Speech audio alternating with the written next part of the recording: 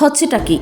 তেলিয়ামুড়া গভীর জঙ্গল থেকে বস্তাবন্দি কুকুর উদ্ধারের রেশ কাটতে না কাটতেই পুনরায় খোয়াইতে দেখা গেল এক অন্য চিত্র। জঙ্গলে পাওয়া গেলেও বেশ কয়েকটি গরু। পরবর্তীতে গরুসহ একজনকে আটক করে সীমান্তরক্ষীরা। ঘটনার বিবরণে জানা যায়, খোয়াই বড়বাগ এলাকা দিয়ে বাংলাদেশে পাচারের উদ্দেশ্যে এই গরুগুলিকে আনা হয়েছিল। পাচারের আগেই গরুসহ একজনকে আটক করল সীমান্তরক্ষী বাহিনীরা। গরু এবং পাচারকারীকে খোয়াই থানার হাতে তুলে দেওয়া হয়েছে।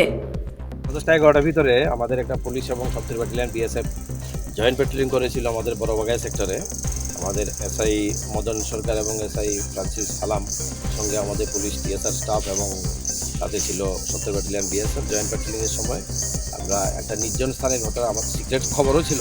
একটা বড়বাগের উল্টা দিকে মানে টুয়ার্ডস ফেন্সিং একটা রাবার বাগানের ভিতরে আমরা যেখানটা দাঁড়িয়ে আছি, এখানে 6টা গরু এই গরুগুলি নিয়ে যাচ্ছিলো অলরেডি টুয়ার্ডস ফেন্সিং এবং এগুলি উইথ ইন্টেন্ট অফ স্মাগলিং এগুলি নিয়ে যাচ্ছিলো। দেখে গরুর সঙ্গে আরও 2-3 জন ছিল, পালিয়ে গেছে। একজনকে আমরা আমাদের পুলিশ অফিসার এবং বিএসএফ মিলে ধরতে পেরেছে। ওর নাম হলো সুমন সূত্রধর, এখানে সিংড়িছড়া 2 নম্বরে।